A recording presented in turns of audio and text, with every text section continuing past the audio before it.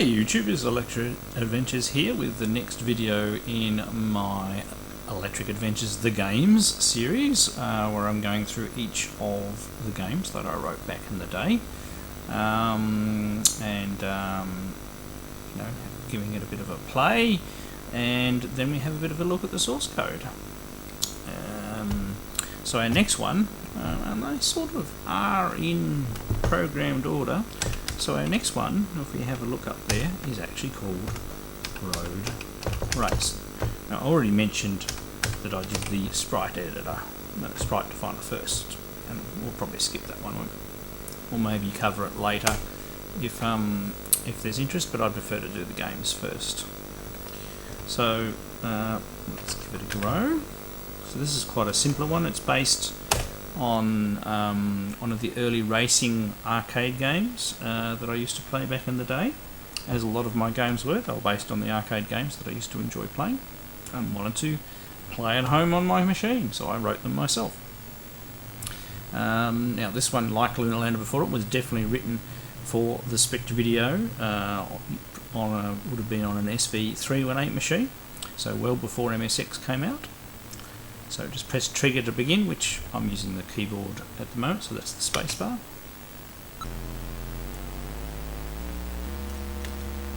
And it's quite simple. So you have a highway, cars coming down there. The further you go up, the faster you go, but obviously the less reaction time that you have. And your score is based on, how far you get before you have a crash. There we go. And you have a couple of lives. Now this obviously has a couple of things going on. Like the cars are made up of multiple sprites, so that the actual car and the wheels are different colours. There's no animation of the wheels or anything like that, but we have a perception of perception of motion based on, what would you do if I was looking at the live screen, due to the moving centre of the road. So I got a high score, so there was 3 beeps. And that's it.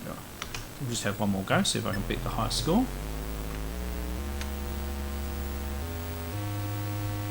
And we have very rudimentary sound effects,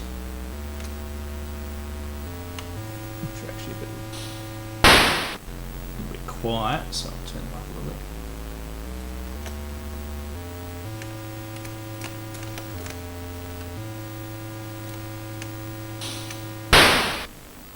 Oops, game over already, didn't beat the high score. So as you can see, it's actually quite a simple game, in a way, a lot simpler than the Lunar Lander game. So let's have a little bit of a look at the code. So I'm just got to break out of it. Alright, change back so the colours are nice for you guys there. And we'll just reload it, because it will have... So load... race.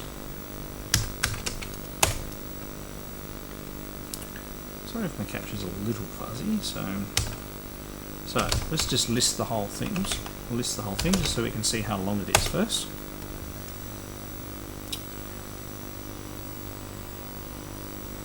Right. So only up to line 250. So that basically means it's only 25 lines long. So there'll be a couple of extra lines in there at start to go back to the menu on the disc.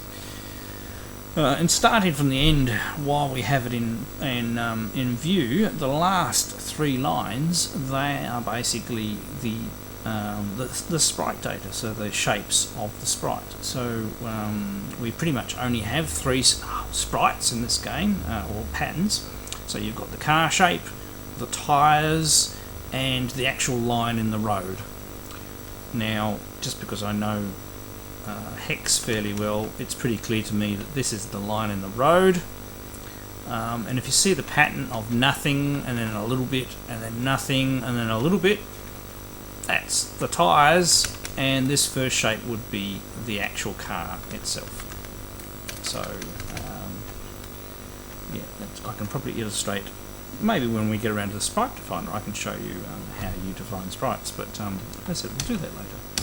So let's list, oops, sorry, my keyboard might be getting a little bit of wear there. Let's go up to, say, line 80, and that was too much, so clear the screen, list up to 50. You can get an awful lot done in a couple of lines in Spectravideo and MSX Basic. So our line 10 sets everything up. So it sets our colour, our screen mode, there's that define int A to R and T to Z. Basically, all of the variables that you say are specifically ints now take up less room. So this is actually getting more memory back, and anything you can do with integer calculations in Basic usually runs faster. So it's a speed trick, basically. dim is making some arrays from space. Open GRP, that opens our handle to the graphics screen so we can put text on it. In the original Spectravideo you didn't have to do that, so that's one thing you don't have to do. But the differences between original Spectravideo Basic and MSX Basic. We define a function, which is our random function, and the last thing we do on that line is we set the random seed to be minus the current time. So at whatever time this program is started, that's when that seed will be set. Next two lines, just ignore those. They're the ones to go back to the menu on the disk when we press Control Stop. Now line 20, restore 230. Remember the data we looked at a minute ago? That's restoring it, so we're reading from that line of data, which is our first lot of sprites. For A equals 1 to 3, so only 3 sprites.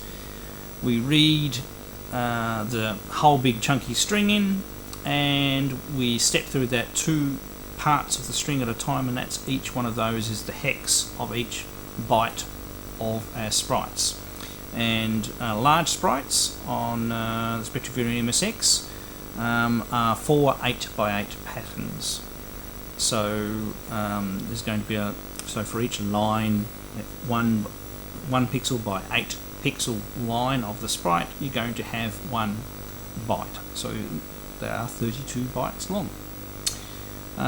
So we loop round, do that 3 times. Next, on line 30, we clear the screen, and then we have a loop there that's using a bit of a cheat using vpoke, which instead of a normal poke, which pokes in normal memory, which is just changing a value directly in a memory location, vpoke does the same thing but for video memory. And this is specific to the computers with the TI-9938 chips, graphics chipset, because the video memory is completely separate from the memory that the Z80 has access to. So that's a very quick way of clearing all of the sprites from the screen. Now preset is a way we set the graphical pointer, so we can put some text on the screen. On the original Spectravideo, it used the locate command, the same as you would use in text mode. So it used the same for each, whereas MSX Basic, they actually made it more complicated to put text on the screen. So at 7070, color 9, print Road Racer. So we put the title on the screen, we preset to a different location, change the color, we put the high score, go to another location, color 3, and we put the press trigger to begin. Very simple. Line 40, we're looking to see if the trigger's pressed. If it's not, we just go back to the same line and go round and round and round in circles. Else we clear the screen, we set up all of our variables that are going to use, our score, our lives, not 100% sure what em means at the moment. We draw a line and then another line. They're probably the 2 sides of our road in color 15. We set color 11, we set a location, and we put the word high score, and then we put the high score on the screen. So it's all very simple, step by step. And then line 50, we do the same thing, and we print the score, go sub 210, go sub 220, we'll have a look at that in a minute. And we put a couple of sprites on the screen. So we've actually done a hell of a lot in a short amount of time there. So 60 to 90, let's have a look at the next bit. Okay, it's not too much code here, which is good. So line 60, we set X and Y to a particular location. C2, we'll figure out what that does in a minute. We put sprite 0, that's probably our main car. We put sprite 1 in exactly the same spot, so that would be our car shape, and then our car tyres on top of each other. So, and they're two different colours. So the put sprite statement basically has, so just to put a little bit more detail. So this is sprite number 0, this is the X and Y coordinates, this is the colour, and that's the shape that we're using. And this is putting sprite 1, the colour, and the shape. We set some variables, and we probably set our current motor sound. Then we look at our joystick, and if the joystick is pressed up, our speed, we decrease, and y equals 5. What is that minus there? Minus 5. Okay, we decrease our y position. If it's less than 100, then we set it to thing, and then we add the speed. Yeah, so the further we go up the screen, we're decreasing the speed and moving us up the screen a little bit. Then there is going right, 8 pixels, going left, 6 pixels, and our checks to make sure we haven't hit the edge of the road. So our next line, so at least 100 to 130. Take this in little chunks if I can type.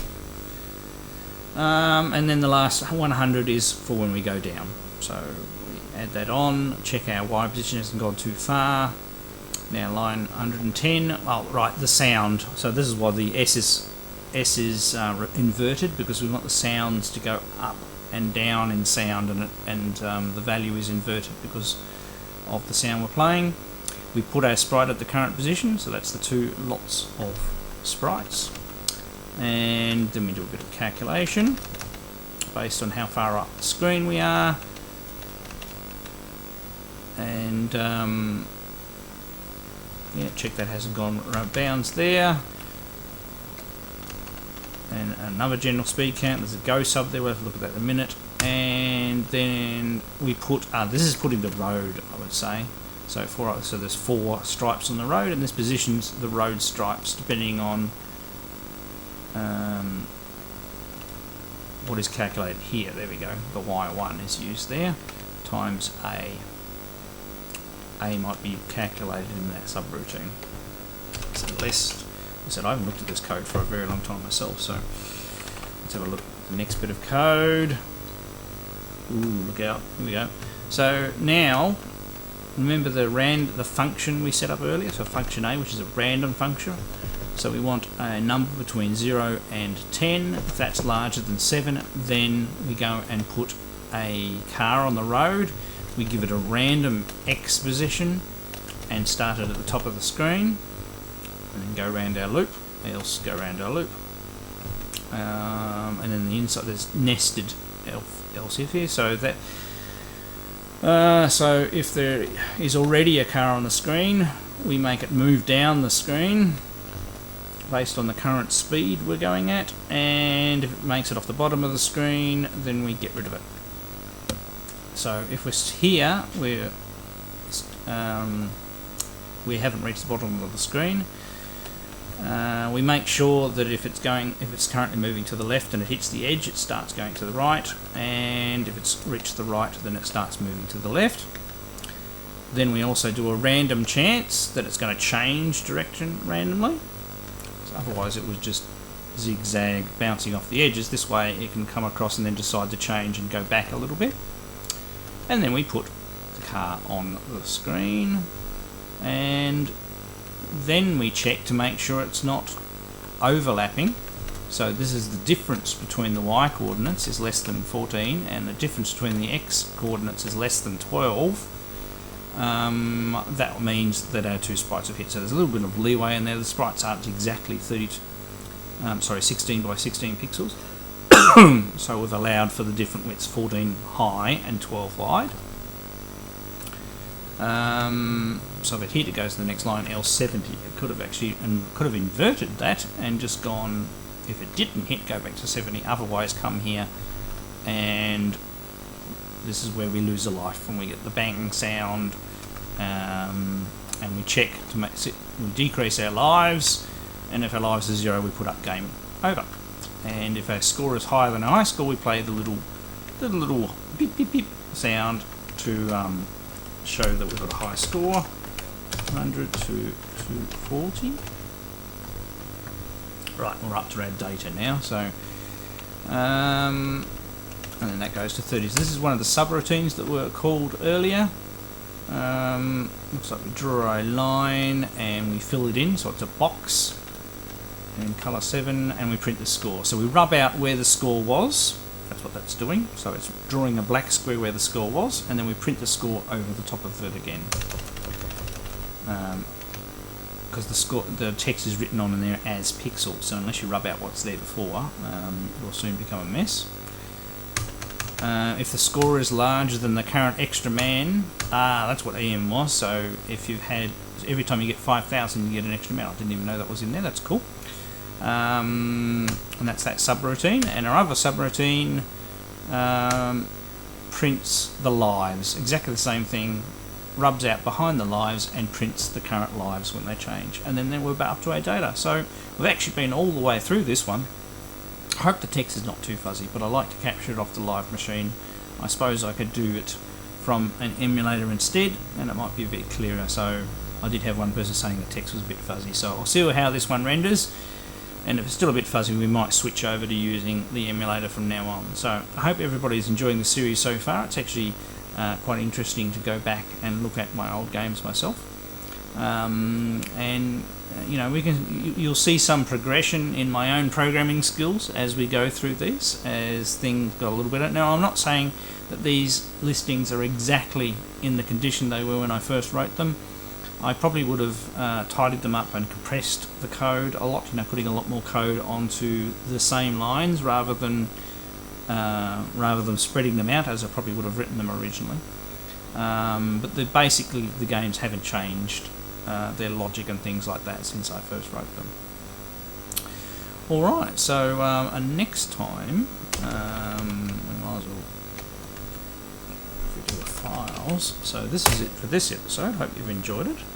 Next time, I would say we'll be looking at Galactic Assault, I believe it's called. So I'm Electric Adventures. Thanks to all my subscribers. Thanks for watching, and I'll catch you next time.